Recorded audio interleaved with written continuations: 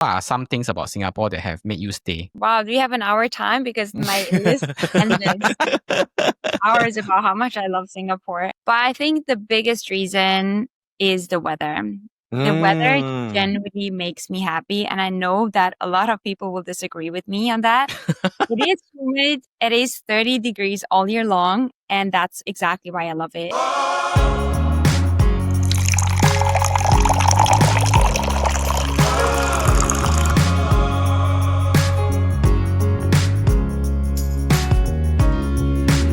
What's up? What's up? What's up?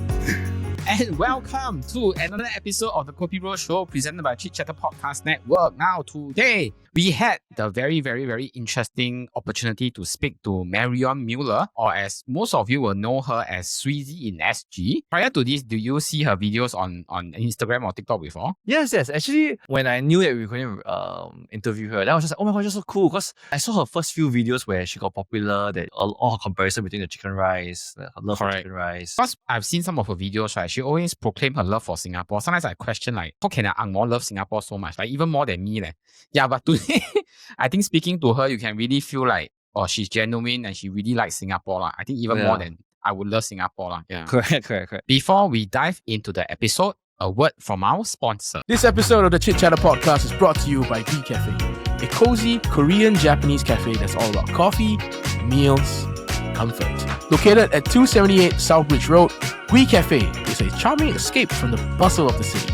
It is the perfect place to unwind and have a great time and just let conversations flow. Signature dosirak rice box is a fan favorite. A golden Korean lunchbox filled with rice, a sunny side-up egg, kimchi, seaweed, and luncheon meat. Give it a shake before you dig in and shake your dosirak for that fun, satisfying mix that makes Gui Cafe unique. If you're in the mood for something lighter, they've got plenty of food for sharing, perfect for a chat over coffee or a quick catch up with friends. And don't leave without trying their Dalgona honeycomb coffee. Creamy, sweet, and just the right amount of indulge. So if you're looking for a space that serves up comfort and conversation, head down to Gui Cafe at 278 Southbridge Road. Once again, a big thank you to our friends at Gui Cafe for sponsoring this episode of the Chit Chatter Podcast. And now, back to the episode. And welcome to another episode of the KopiBros show presented by the Chit Chatter Podcast Network. Now today, our guest is a Swiss content creator, a social media coach and keynote speaker based in Singapore. After moving to Singapore in 2022 and facing an unexpected career change, she embraced content creation full-time, building a vibrant brand focused on exploring local food, lifestyle and culture through relatable and viral videos. Marion has grown a strong following across platforms, collaborates with over 300 brands and now shares her expertise with aspiring creators through coaching and workshops. To learn more about her experiences, please join me in welcoming Marion Müller. Hello. Woo, welcome. Hi, Brandon. Thank you for having me. And we must actually say that the Instagram handle is SWIZZY in SG, right? Yes. And it's so cute. Like just today, someone recognized me on the street and they came up to me and said, "Hi, SWIZZY." And I think a lot of people think this is my name, but it actually stands for Switzerland in Singapore. But now I also listen to SWIZZY. So whoever wants to call me SWIZZY, that's fine. Marion, thank you for taking your time out of your busy schedule to record this podcast with us. So I just like to start by asking, what have you been busy with besides chicken rice hunting? Well, content creation is a full-time job and it is I can really say my absolute dream job. But I think a lot of people underestimate in how much work it actually is. I produce and post a short form video every single day. Wow. I create a long form YouTube video every single week. I was just recording this afternoon for this week's episode. And I have so many side projects going on. I'm working on campaigns with brands, new projects that I cannot really talk about yet, but very exciting things. So are you a one-man show? Do you have to producer, you are the content creator, you are the editor, you are the person running? Oh wow, that's a lot. I'm the scripter, I'm the filmer, I'm the model, I'm the makeup artist, I'm the editor, I'm the voiceover artist, I'm my accountant, my personal Oh. assistant. It's really a one-man show, which makes it sometimes really difficult, but also exciting because you have so many parts to it and it never gets boring. So have you ever thought about like maybe in the future you want to expand your team? Yes, I'm currently looking for a video editor because long-form YouTube is really a lot to edit. I've tried to work with some in the past and it was an absolute disaster. I felt like I was using up more time to tell him what to do. And I was like, I could have done it myself in the meantime. So, definitely I will, if I want to scale this business, I have to have someone to help me out with different tasks. Before we get into your origin story, right, I would like to ask about one thing that I'm very curious with. Like, as a person from Switzerland, why are you so obsessed with chicken rice out of so many Singapore food? I mean, it's really hard to explain because for everyone who has not tried chicken rice, you will not understand what we're talking about. Yes. When I saw the dish at first, I was very unimpressed. And when I tell people from Switzerland that I love chicken rice, they're like, oh, what's that? Like, it's just a plain breast of chicken and like some rice, like Rice, yeah. so bland. I'm like, you don't understand, you don't understand. It's not just rice and it's not just chicken. It's the most tender chicken I've ever had. And the rice is so flavorful that if you haven't tried, you don't understand. So I think I was so surprised by trying this dish that I don't know. I just love it so much. Oh, it's cheap. It's a source of protein. It's accessible anywhere in Singapore. Yeah. And I think a lot of people do not understand that actually even in chicken rice, even just white chicken, they have so many different kinds, right? There are those that are more tender. There are those that are served cold. And there are those that are Hainanese. yeah. The different origins of the chicken rice, yeah. I feel like when you order chicken in Europe, mostly it's very dry. And here it is just so soft and tender. And I don't know how to do it, but it's just different. Actually, a lot of people, they always say that actually the main selling point of the chicken rice is they need to get the rice right. If they screw up the rice, then the chicken rice wouldn't be complete. Yeah. And the soup, because I was so fascinated about the soup. Because let me tell you guys, if you get a soup that looks like the soup you get at a hawker stall in Switzerland, it tastes exactly what it looks like water, like nothing. No taste. Here, it's a clear broth, and I don't know how to do it, but it's so flavorful. It's so fascinating. Because you came in 2022, so you have stayed since then. So besides the food, what are some things about Singapore that have made you stay? Wow, do we have an hour time? Because my list endless hours about how much I love Singapore. But I think the biggest reason is the weather. The weather genuinely makes me happy. And I know that a lot of people will disagree with me on that. It is humid. It is 30 degrees all year long. And that's exactly why I love it. It makes me so social any time of the day. If you ask me to come out at 10 p.m., I'm down. If it's 5 p.m. in Switzerland, raining and cold, I would never leave the house anymore. The weather just really generally makes me happy. The sun with all the vitamin D. And yeah, I think this is what life quality is to me. Most of us won't understand because when we're growing up in this weather, it's really killing us. I don't know. Like I would prefer to feel a little bit hot and sticky, but just cold and like it's gray and it's so hard to get out of bed in the morning. Which is true. Yeah. I have not had issues to get up in the morning in 3 years. It's hard to believe, but it's true. There's definitely the convenience. I love the fact that you can order Deliveroo and it is arriving in front of your house in 30 minutes. You get 24 hours shops that you can buy chocolate at 2 a.m. if you're having craving. In Switzerland, shops close at 6. I mean, that doesn't work if you have a busy schedule. And everything is still open on Sunday. It is so easy accessible. You can have manicures at your house. You can have massages at your house.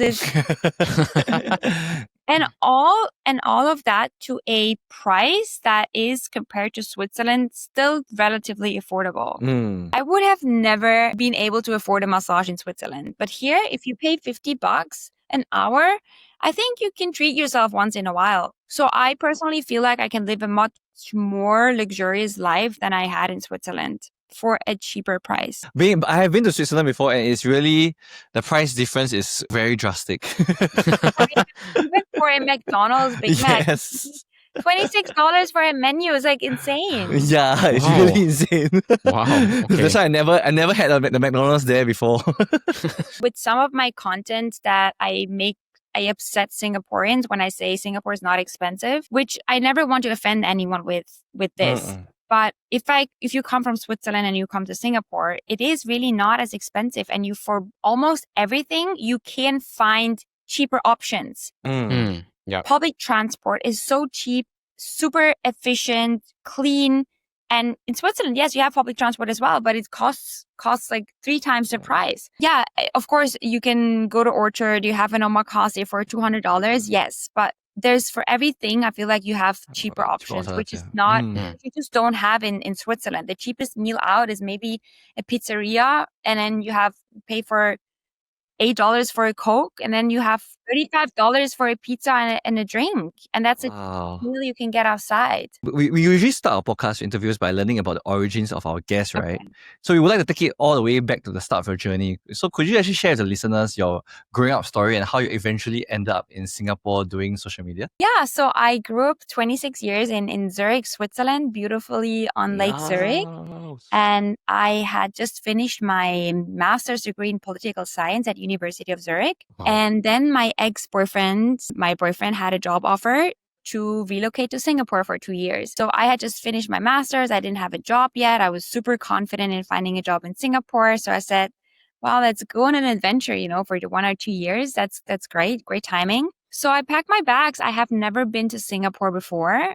I was very excited because I've been to Asia a lot with my parents when I was younger, but I had no clue what was expecting me. I came to Singapore, fell in love with this place, and yeah, I don't think I'll leave anytime soon. Well, that's such a brave move, to Yeah. it's like how many hours away just fly over with just your, at the point you just flew over with your boyfriend, right? Yeah, 12 hours is a flight. Yes. Wow. Was content creation your first direction that you went into? No, that's actually an interesting story because I was so confident in finding a corporate job. With my master's degree, I was applying for, a normal corporate job. After 65 applications, I realized, wow, I don't think this is going to happen. And guys, I've been so frustrated. There was a point where even if 7-Eleven had offered me a job as a cashier, I would have taken it, Overqualified. So too overqualified. I was so desperate for a job. Trust me, I would have done anything. And then during that time, I had a lot of, free time and I was starting my Instagram account. But that was only to show my mom that I was getting obsessed with chicken rice. And I was so fascinated about hawker food and everything Singapore had to offer. So the content creation was never my plan. And then since I had a lot of time, I was posting every day and everything snowballed quite fast from there. Yeah, I think really liked this approach of this blonde angmo in Singapore. So when I met a lot of creators, I talked to a lot of people from the industry and I realized, wow, okay, there is money in this industry and you can make it a full-time job. Told myself, okay, let's just give this a go. I don't have many other options, right? So I was posting every single day. I was really hardworking. I felt like I was working more hours than my ex-boyfriend at the time. 65 Your doors calling. closed, but then this one opened. And Yeah, it was the blessing of my life. we actually learned that you were a competitive figure skater in the Yes. past, right? Could you actually share more about that? Because that was really so interesting to, because Yeah. we don't have that in Singapore. Yeah, I mean, actually, growing up, figure skating has been my life. Ever since I can think, actually, I was practicing 7 days a week. I had training before my school. I went to sports school. I had training after school. My mom picked me up from school, drove me to the ice rink, then took me to ballet class, took me to strength training. On the weekends, usually you had competitions all over Switzerland, sometimes internationally. Whenever I had school vacation, we would fly overseas, places like Detroit, Spain, to train with like different coaches. Looking back, it was the best life lesson I could have gotten because it taught me resilience. I think I grew a thick skin. The industry was brutal, and all the stories that you hear about sabotaging each other. This is all true. Like there was people filling water in my skates so that I couldn't compete, or like cutting shoelaces. It's really like, it's not nice. Like, yeah. I always thought that was just in movies only. no, it's not. It's really reality. It's brutal. Wow. And I was so dedicated to make the most out of this, like figure skating thing. But, it also teaches you when everyone else goes to the cinema in the afternoon, and even if you maybe don't feel like going to practice one day, It's no questions asked. If your feet hurt, if your feet are bleeding, nobody cares. Looking back, when I got all these rejections from my job offers, I learned that giving up is just not an option. I remember there were hard times in figure skating when I couldn't pass, when I failed at competitions, I wouldn't deliver what I was supposed to, but the next day is there at 6 a.m. Your alarm clock is ringing and you have to go back to the ice. At this point, I have to mention, my whole family took a lot of sacrifices for that too. My mom was my chauffeur, my cook, my mental coach, my psychiatrist, everything. We couldn't go on a vacation longer than 10 days because 10 days was the maximum I could be away from the ice. 15 years, my brother was not able to go anywhere for longer than 10 days because I had to go back to the ice rink. I think that was something I only realized at a much later stage. And also like the financial burden that was for my family. A pair of skates easily costs $8,000 and you need new ones every second year. Every private lesson is, I don't know, $200. It's a lot of money. Wow, that's a lot. Oh wow. I never knew it cost so much. Yeah, such an expensive I also sport. didn't know back then.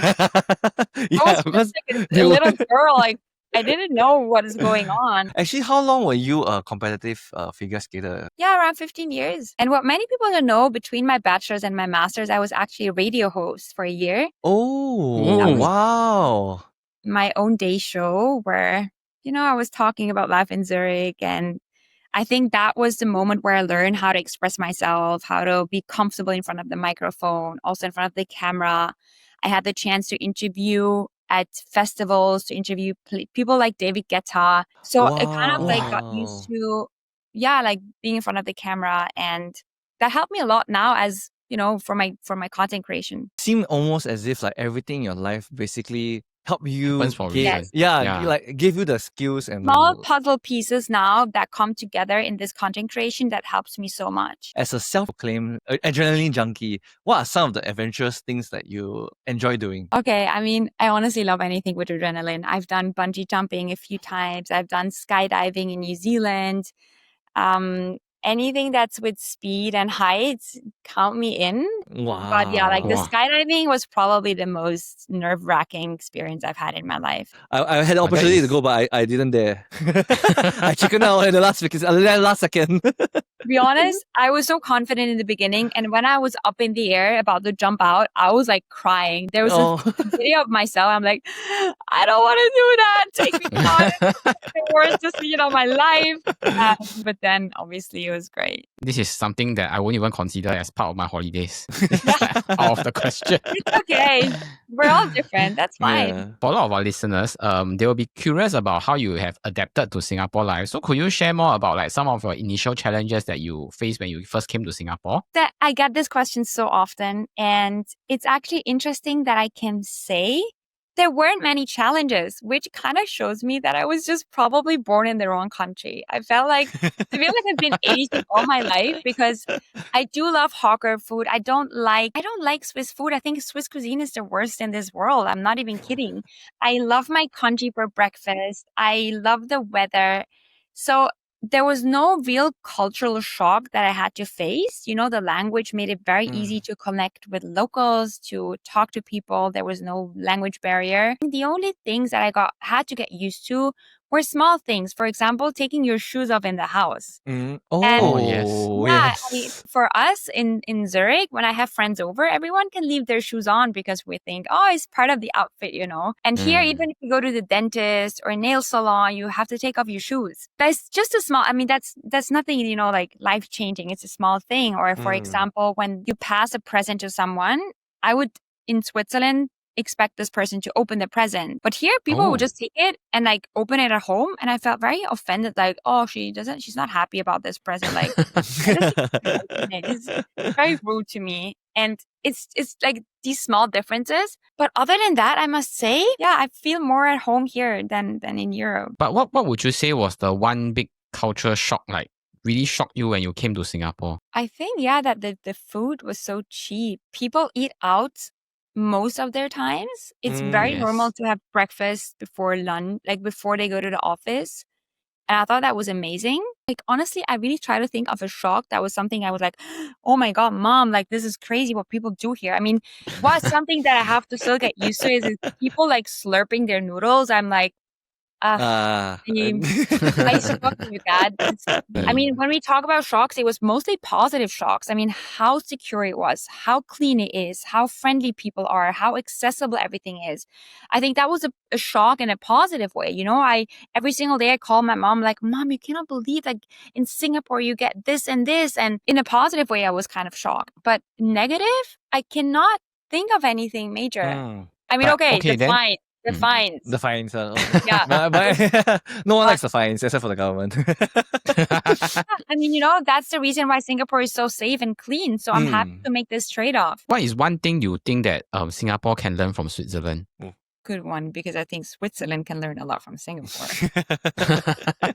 Wow, I mean, I cannot tell Singapore that you have to grow some nature, right? But it's a actually, but I'm guessing that they are trying to. I feel like they're the trying. government is always they're always pushing for a greener country. The only thing that Switzerland has that Singapore has not is the mountains and the sceneries, the lakes. Yes. But this is not something they can change, right? Yeah. And everything else, I find Singapore more efficient, cheaper in so many aspects. Is it like health insurance or healthcare? I mean, I was at the women's doctor just like last week, and I was so amazed by how fast you get test results, how fast they communicate. In Switzerland, you wait around 2 weeks before you even get an appointment. In here, you can get one in 24 hours. There are so many things Switzerland can learn from Singapore, and I cannot think of anything else than nature. It's bad. I'm Swiss. No.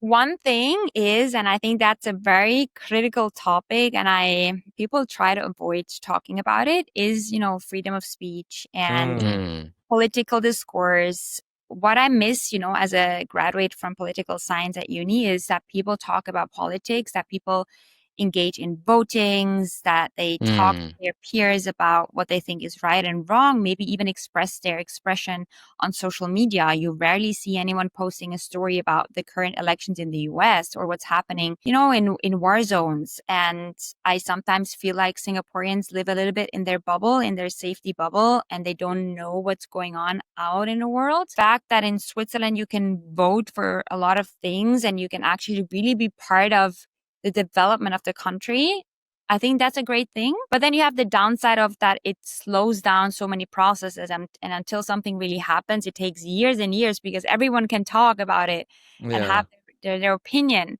So again, there's pros and cons with this system, but I wish that Singaporeans, be more part of the political discourse, I think. We always learn from young, even in school, to like keep these thoughts to ourselves because you don't want to create unrest. Because it's all about racial harmony with everyone else. So the more you voice out, sometimes you create this harmony. Then we just the best is to avoid it completely so that you don't create any problems. That's the standard Singaporean way. I believe that there will be you'll come across that people always will call you like as an ang mo, right? It's a Singaporean term. What do you think are some of the common misconceptions, right, Singaporeans have about ang mos? Yeah. To be honest, when someone first commented ang mo on my YouTube channel or like my YouTube video, I was like, are they offending me? Is this like a negative word? No, I don't believe. Actually, I don't even think it's a negative word though. And I learned over the years that it's pretty neutral. A bit of a stereotype about ang mos or like expats in Singapore is everyone comes here with their golden expat package, which enables them a 3-bedroom apartment at Marina One, you know, get a Marina residences. like $200 pocket money a day, but this is not really the truth. I must say I was very positively surprised on how locals were open to connect with me. I know that not everyone is as lucky as me. I know other people struggle with finding connections here. I think they just see this like often ang mos are seen as just like rich expats who don't understand Singaporean struggle. I can say that 90% of my friends are local. I consciously make this decision of connecting with locals because I didn't want to fall into the trap of just being in an expat bubble, finding new friends every 2 years. And I think that enabled me to really understand how locals think, how the local culture works, and connect with everyone here a bit easier. But we also have heard, you know, they probably online you have seen like there are probably tons of stories about other individuals who have came to Singapore who actually found it hard to adapt to, like, and to transit over or even to adapt to the lifestyle. what would be your one piece of advice to these people who are struggling? You know what the issue is with a lot of foreigners coming here? They are looking to find a substitute for everything they had in their life. You know, they would try to find the milk that they were using back home, the same vegetables, the same fruits, and then they end up complaining about high grocery prices because yes, they are then imported goods. And I think I would try to tell them, hey, here I started to cook with local vegetables, you know, like bok choy and Chinese cabbage. And I don't buy like cucumbers and tomatoes that much anymore, just are more expensive here. So if you have this mindset of just replacing everything you had within Singapore, it gets very expensive. And then you try to complain like immediately, which I totally understand, right? I would advise them to be open to really dive into what Singapore has to offer, because I think their local customs and their local foods and traditions, it's great. And I think give these a chance, you know. A lot of people fear the unknown, but once you're open to try new things, I think this is great. I think you really need to have an open mindset. And another thing is about, you know, finding friends. And I've seen this with other expats that struggle with finding friends. And I would love to tell them, you know, if you just sit at home watching TV, nobody's going to knock on your door. And join run clubs, join the gym, join meetup groups. There are so many community events, but you got to make an effort. And I do understand, and I've been there. It is exhausting. And in the beginning, I was the one asking girls, do you want to go for coffee? And I was always the one initiating. And I think for my personality, it wasn't super hard for me because I'm a very outgoing person and I can talk to almost everyone. But sometimes I also felt exhausted, you know. You got to present yourself at your best every single time you go out. And I think it's worth it. And I think a lot of people, they think it's a bit easier to connect them. They don't make effort. It's like maybe they are a bit more shy. Like, would you recommend like a run club? Yeah, or I think a fun group is great. I mean, I made my first friend at a Pilates studio. Try to find a class that you go to the same class every week so that you see the same people all over. So the second time you go there, you said, you've been here last week. Like, do you do any other gym classes? Do you maybe next time want to go for coffee after class? That's it. Maybe you find a new friend. I believe just now you shared that you started the social media account to show your mom basically why your love for chicken rice.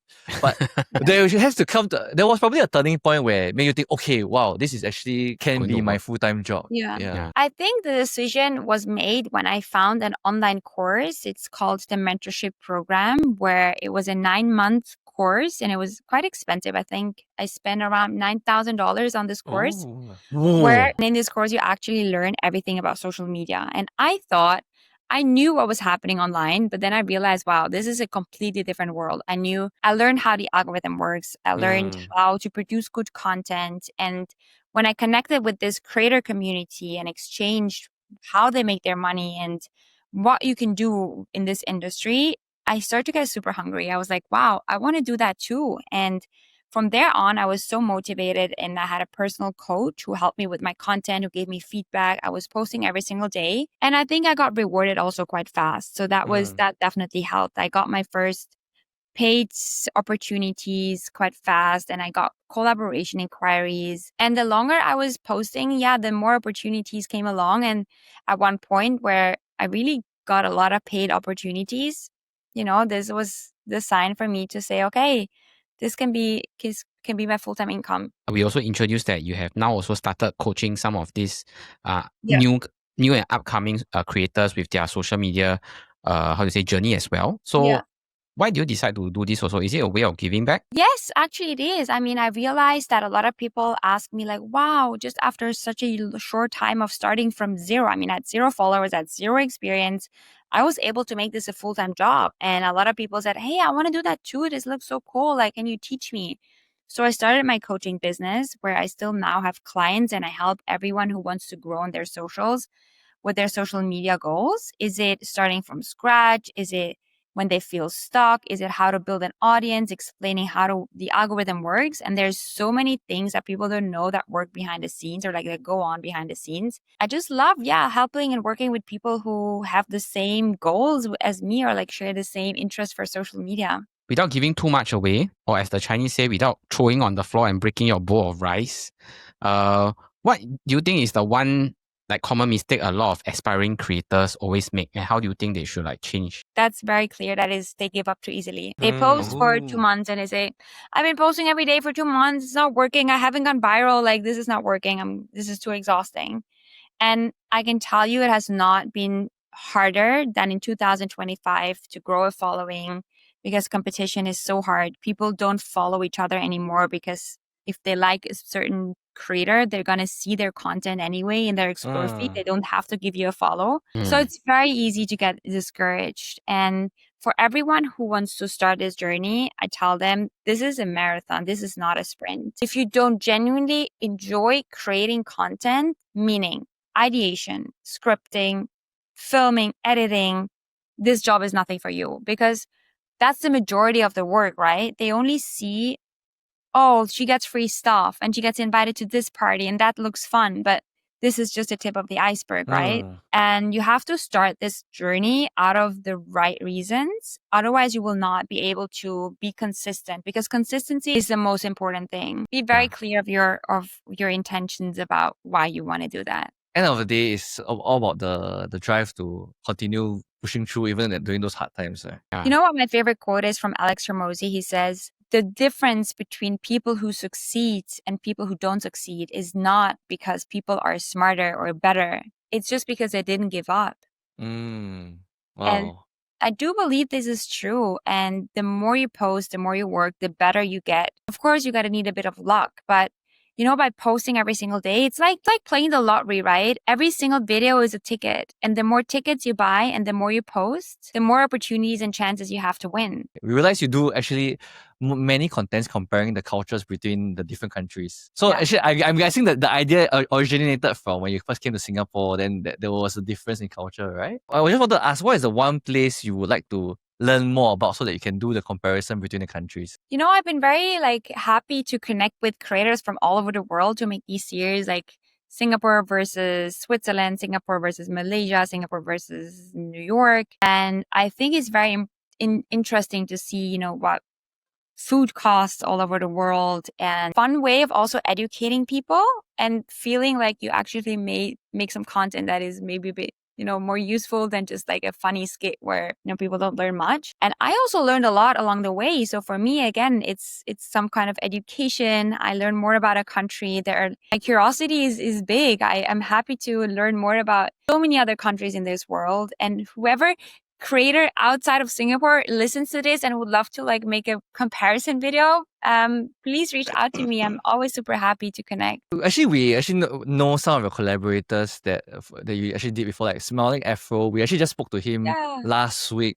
Yeah. And Ben is great. Yeah, he's so yeah, he's really very funny. Because we know that you actually script write yourself as well. So actually, how do you brainstorm all these ideas for content? Do you have a book that you write, or do you have ChatGPT most of it? Because it's like every day you're posting something. And I love this question because I get this often. Like, how do you come up with all these ideas? And like, don't you ever run out of ideas? And I'm like, I have so many ideas. I post 2 or 3 times a day. And I think, I don't know if this is like a blessing, but whenever I leave my house and I just walk through Chinatown, I have a million ideas. I can make, there's so beautiful like street art. I want to share more about the street art in Singapore, in Chinatown.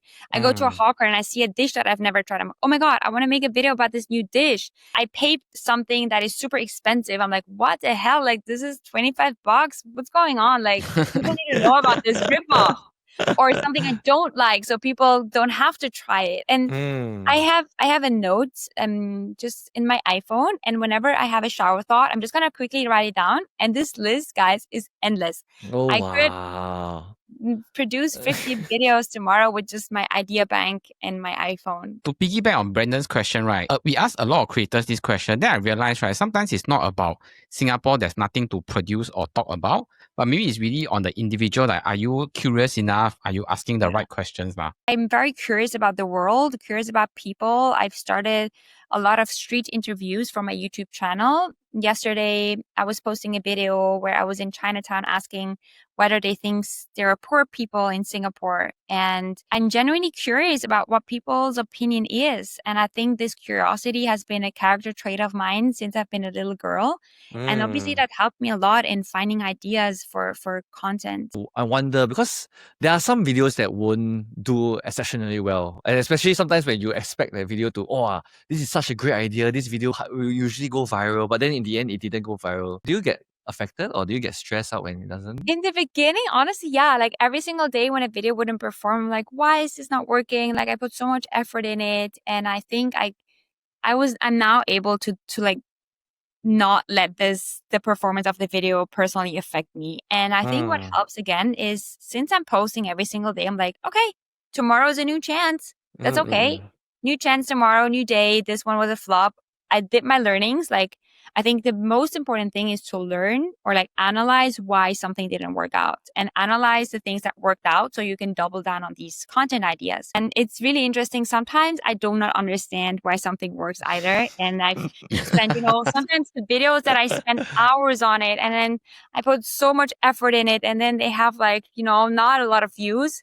And then my most viewed video is around 54 million views. Wow. And it's the video, guys, I spent not even 5 minutes on producing this video. It was me in the bus driving to, an appointment. And there was a woman in front of me and she spilled her water bottle in the bus. And it's not allowed to drink, right? So I just filmed without anyone's like head. I filmed the water in the bus and as I was in the bus, I was posting it when leaving. I just put a caption on it and say, Singapore police force is already on its way. It's obviously a joke, right? Yeah. It's gonna get water. But because Singapore has so many high fines, right? So she would have gotten fined if someone caught her drinking the water. So it was a stupid thing. I was bored in the bus. I didn't think about anything. I was just like posting whatever. So that got so super, super viral. And to be honest, as a creator, this is very frustrating because this was 5 minutes effort and it gets so many views. And it's, in my opinion, it's not high quality content. You cannot attract brand deals with something like that. Yes. So sometimes it is a bit frustrating. Yeah. Do you sometimes feel that you have to maintain a different persona, like on and off camera? Good question. I think I'm very happy and fortunate that everyone who knows me pretty much says I'm just exactly online as I'm in real life. Like I'm super full of energy and I talk a lot and I'm almost I'm happy all the time. And all this talk about how much I love Singapore. Some people think it's just for the camera and I kind of exaggerate. But when they meet me in real life and I start talking, they realize, oh my gosh, she's so serious about it. Has been my goal from the start, to be as authentic as possible. And I also don't overthink about like my looks. I don't edit my photos. I mean, I never put filters on my face. A lot of people actually say, I don't know if this is good or bad. They say, oh, you're actually much prettier in real life. So this just shows I don't overthink. Without makeup, I take a selfie, I post that and, that's it. Hope to be as just the same in real life. But honestly, after speaking to you, you really are as genuine as you are. Yeah. Because we before this, we always just only see the video. So it was hard to tell whether the same energy could be maintained as like throughout. But after speaking to you for the past 45 minutes, your energy is really at the same level as the videos. Okay, I'm so happy to hear. I think that's my goal. I think it would be so sad for me to I do meet some creators when I see them online, and then I'm kind of disappointed when I see them in real life. I'm like, first of all, you don't look like what you look online. Like, what happened there? And I think that would be really sad for me. It's always nice to hear creators say, "Oh, I don't have to like act like I'm a different person offline." Then it's more natural, lah. Yeah, and like you say, it's better relaxing. I do like a lot of creators are very introvert. They are like they can talk to the camera very freely, but they have some social anxiety, and I mean that's pretty normal, and they struggle with going to events, and I think I'm fortunate that I don't have this. So so I think you just described myself because Qing really I'm not to go like, to events. I go events. I have to force myself and like, today you have to shake 3 person's hand and say hi to three random strangers. I have to do this kind of thing to force myself to say. Yeah, write a checklist. Yeah. Okay, I have done. I have shaked 3%. What many people don't know about me, and maybe I can share this. I never shared this on my social. Actually, I'm actually also a bit of an introvert because social activities and social interactions do drain me, and I can go to an event and it's not hard for me to connect with people and be present and be like full energy. But after the event, I need to go home and I hate people and I don't want to talk and I just want to read my book. I just need to recharge for myself. Yeah. And there are other people who gain energy from social interactions, and that's not me. Social interactions drain me, and that's okay. That's okay. I just gotta know my limits as well. Okay, so before we end our interview, we would just like to do a quick round of quick fire questions with you. Yay or nay for durians? Yay! Yay! Yes! Favorite city or country to visit besides Switzerland and Singapore? New York. Oh, okay. Favorite Singlish phrase? Can or this damn shock. Oh, okay. How would you rate the Swiss food here in Singapore out of 10? It's authentic, but I still don't like it because I also don't like it back in Switzerland. One adrenaline-pumping activity you have yet to try but want to try? I would love to do shark diving in Australia where they put you in a cage and then Wow. Why would you want to do that? It's like very exciting. Tempting the sharks with a real life bait. I don't think as you honest, as a bait. I think that the possibility of me like getting hit by a car and die is probably bigger than that. Most overrated Singapore dish in your opinion? Laksa. Oh, okay. Dream celebrity to work with? Chris Williamson. He's my favorite podcaster. He's such an inspiration to me. Okay, so I think we have learned a lot from you today. And of course, you're a very busy person. But just to close out the episode, can you let our audience know where they can find you on social media? Yeah, sure. So my handle is SWIZZY in SG for Instagram, TikTok, and YouTube. You can always just send me a DM on Instagram. I answer every single message I get. And if you have more inquiries, it's marion@swizzynsg.com. It's my email. And I also answer every single email. So basically, if you try to reach out to me on these socials, I will for sure get in touch with you. Yeah, this one I can vouch for. She replied to the email very fast. Yeah. This is my business. You know, you gotta reply fast to your business partners. Okay. Thank you, Marion, for your time and all the best for you and your future events. Thank you for having me.